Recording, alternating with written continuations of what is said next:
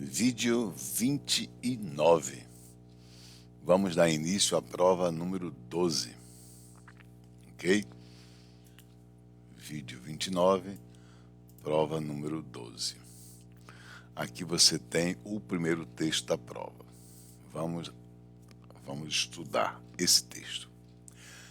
Leio que a ciência deu agora mais um passo definitivo. É claro que o definitivo da ciência é transitório, é passageiro. E não por deficiência da ciência. É ciência demais,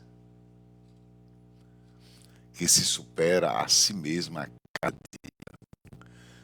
Não indaguemos para quê? Já que a própria ciência não faz. Ou seja, a ciência não se questiona, né, para que tanta eficiência ou questionar sua evolução, que é a sua superação. Não indaguemos para quê, já que a própria ciência não faz. O que, aliás, é a mais moderna forma de objetividade de que dispomos. Então veja que no primeiro parágrafo fica clara a ideia de que a ciência é transitória, mas a cada evolução dada, o passo feito é um passo definitivo.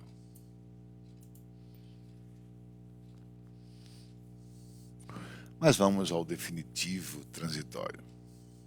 Já que ela é transitória, qual é o passo definitivo transitório? E aí vai declarar o autor que é a criação da bomba limpa. Veja. Os cientistas afirmam que podem realmente construir agora a bomba limpa. Então, a novidade é essa bomba limpa. E é justamente nesse adjetivo aqui, eu já vou adiantar, limpa, que o autor vai carregar sua ironia. Veja, sabemos todos que as bombas atômicas fabricadas até hoje são sujas. Aliás, imundas. E aí ele vai justificar porque elas são imundas. Porque depois que explodem, deixam vagando pela atmosfera o já famoso e temido, e aí vem um elemento químico, estrôncio 90. Ora, isso é desagradável. Pode mesmo acontecer que o próprio país que lançou a bomba venha a sofrer, a longo prazo, as consequências mortíferas da proeza. O que é, sem dúvida, uma sujeira. Então, veja que aqui a sujeira é o agressor, aquele que lança a bomba, ele próprio sofrer as consequências da bomba. E a limpa, você vai ver, aquele que lança a bomba, ele não tem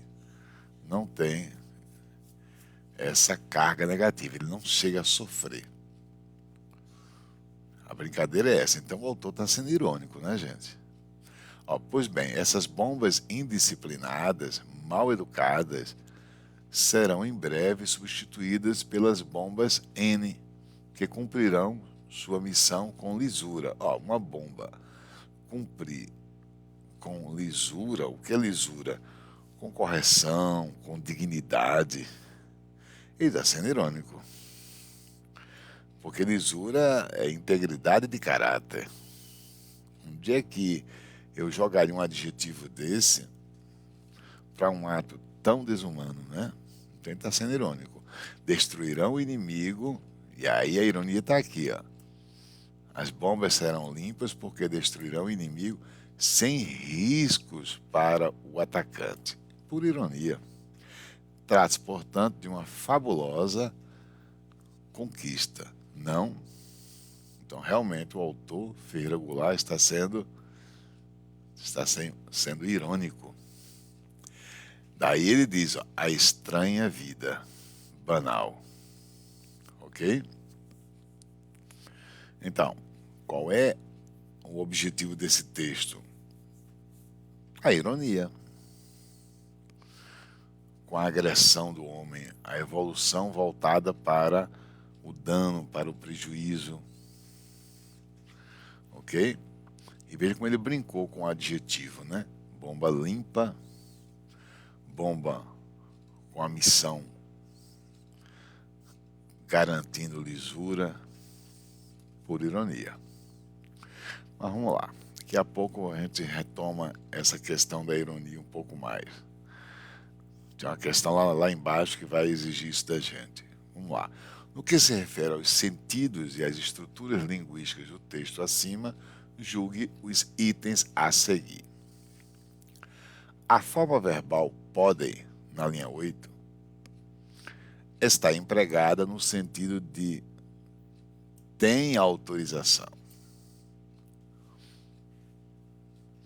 Vamos ver, linha 8. Aqui você tem, podem. Então, essa é a ideia de ter autorização, vamos lá. Mas vamos ao definitivo transitório. Os cientistas afirmam que podem realmente construir. Aqui não é ter autorização, é ter a capacidade, não é isso? Podem destruir, podem, aliás, construir agora a bomba limpa. É ter a habilidade, ter a capacidade. Afirmam que podem realmente construir a bomba limpa. Sabemos que as bombas atômicas fabricadas até hoje são sujas, porque depois que explodem, deixam vagando pela atmosfera o famoso e temido estrôncio 90. Isso é desagradável. Pode mesmo acontecer que o próprio país que lançou a bomba venha a sofrer. Eu li todo o parágrafo para você ver que realmente o contexto aqui não é ter a permissão ou autorização de alguém. Ok? Agora, interessante que você vai chegar a esse entendimento quando você não se isola nesse parágrafo, mas quando você observa atentamente a leitura do parágrafo anterior. É no parágrafo anterior que você tem justamente essa ideia de habilidade da ciência, de evolução da ciência. Ok? Então, isso aqui sozinho não dá para você perceber. A percepção vai surgir quando você não ignora a ideia de capacidade, de habilidade dos cientistas no primeiro parágrafo. Ok? Então, primeira questão, falsa. Segunda questão. A oração introduzida por porquê, na linha 10, expressa a razão de as bombas serem sujas. Na linha 10. Aqui está o porquê. Bem, sabemos que o porquê junto, sem acento, contextualiza uma resposta, um motivo, uma razão. Agora vamos ver se é a razão que ele menciona na questão.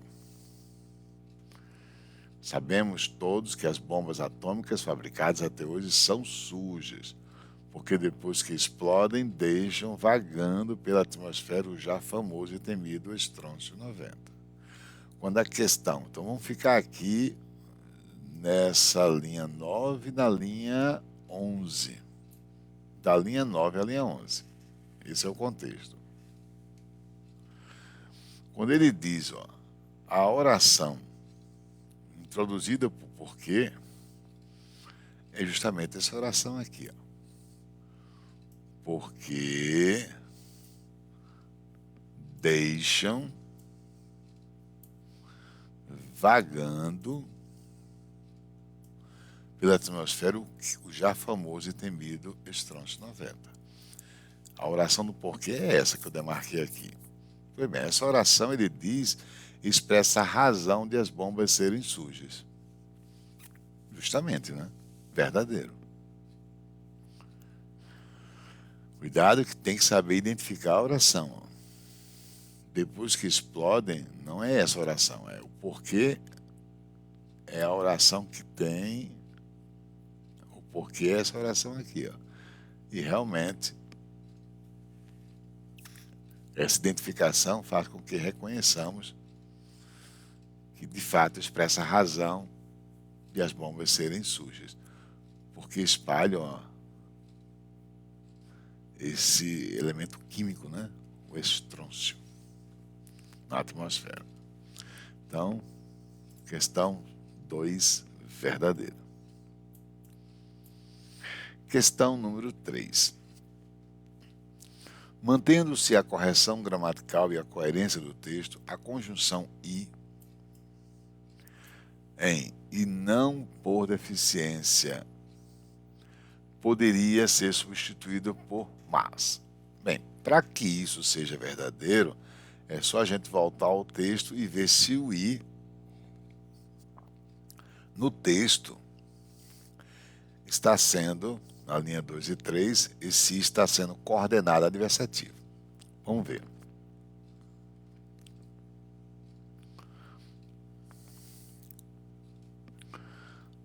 É esse aqui, ó.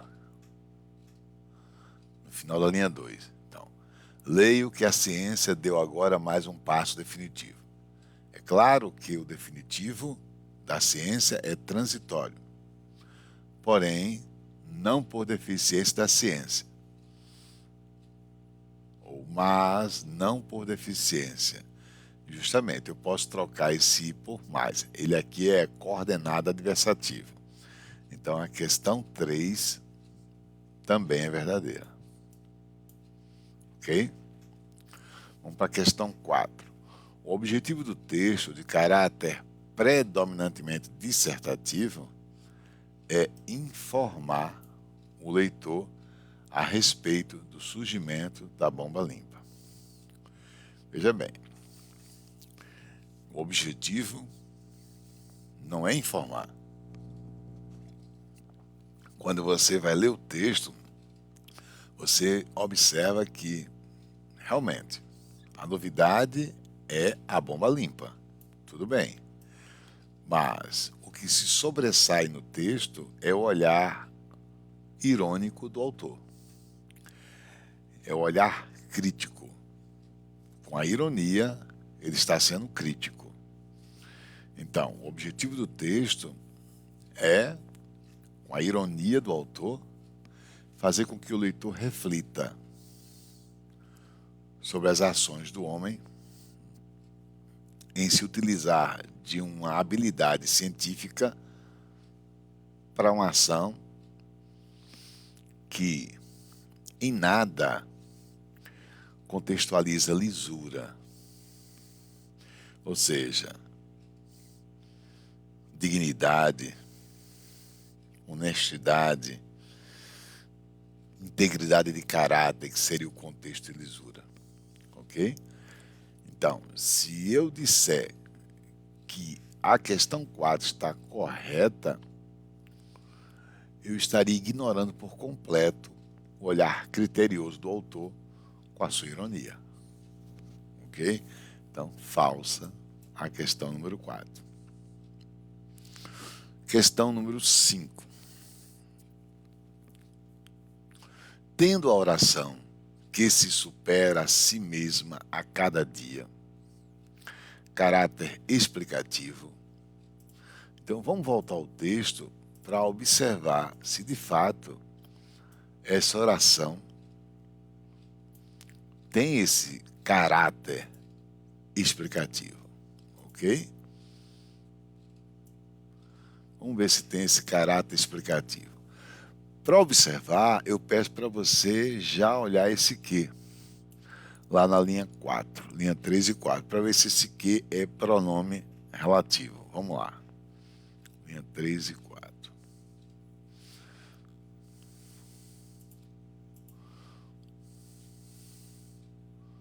Olha o que aqui, ó. Não é isso? Porque está aqui, ó, que se supera a si mesmo a cada dia. Mesma coisa, realmente eu encontro aqui, ó, que se supera, tá vendo? Então, vamos lá. O que é que eu quero mostrar com isso? Quero mostrar para você que esse que é pronome relativo, que retoma a palavra ciência. Então, a ciência se supera a si mesma a cada dia. Por que eu chamo a atenção? Você percebe que esse que é pronome relativo, retomando ciência? Ótimo. E aí eu quero que você se lembre disso. A, pronome relativo. O primeiro passo é identificar o pronome relativo. Então, percebeu que há pronome relativo? Lembre-se que toda oração subordinada adjetiva tem pronome relativo. Não existe oração subordinada adjetiva sem que haja pronome relativo. Então, o pronome relativo é importante para você perceber que essa oração aqui, que se supera a si mesma a cada dia, é uma oração que tem pronome relativo, então é uma oração subordinada adjetiva. Quando você percebe isso, é só lembrar que as orações subordinadas adjetivas, elas podem ser o quê? Elas podem ser restritivas. Existe a oração subordinada adjetiva restritiva, existe a oração subordinada adjetiva explicativa. Então, quando a questão diz que tem caráter explicativo, é porque eu vejo que a oração tem uma vírgula antes, e as explicativas são pontuadas com vírgula ou travessão. Já as restritivas não têm pontuação. As restritivas são sem pontuação. Ok? Sem pontuação. Legal? Então vamos lá. Vamos dar sequência. Já sei que a oração tem pronome relativo, já sei que a oração é, portanto, subordinada adjetiva, e sendo subordinada adjetiva, ao perceber pontuada, ela é uma explicativa. Ela é uma explicativa. Eu peguei esse recurso, mas não quero esse recurso, não. Um momentinho só, deixa eu... Pronto. Puxa. Pronto. Ela é uma explicativa. Horrível esse recurso. Vou pegar isso aqui. Eu quero isso aqui. Pronto. Ela é um adjetivo explicativo. Então tem caráter explicativo. Até aí, beleza. Agora, quando eu observo aqui, ó, o vocábulo que poderia ser corretamente substituído por... Aí é que está. As adjetivas explicativas não têm equivalência com as coordenadas explicativas ou com as subordinadas adverbiais causais ou coordenadas explicativas. Já que o porquê pode ser uma conjunção coordenada explicativa ou uma subordinada adverbial causal. Então, a questão 5 está errada, entenda. Ela está errada porque jamais uma oração subordinada adjetiva explicativa vai ter equivalência com uma coordenada explicativa ou com uma subordinada adverbial causal. Essa equivalência não existe. A explicação da adjetiva não tem equivalência com a explicação da coordenada explicativa ou com a equivalência, ou não vai ter equivalência com a subordinada causal. Então, falso. Questão meia dúzia. A visão do autor do texto a respeito das bombas N é positiva, o que é confirmado pelo uso da palavra lisura. Aí que está. A visão do autor não é positiva. Se o autor está sendo irônico, o que é uma ironia? O que caracteriza a ironia é a inversão. Então, como é importante perceber a ironia do autor? Uma pessoa que emprega uma ironia, eu tenho que perceber que a intenção do autor está no que existe de oposição ao que está sendo declarado por ele. Porque a ironia garante a inversão.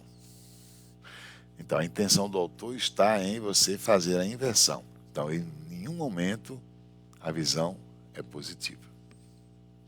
Ok? Então, já erra aqui. Questão C já erra aí. Né? O que é confirmado, e é exatamente com a palavra lisura. Então, o que é lisura? Se você for a um dicionário, lisura, integridade de caráter, honestidade nas ações, retidão, ok? Dignidade.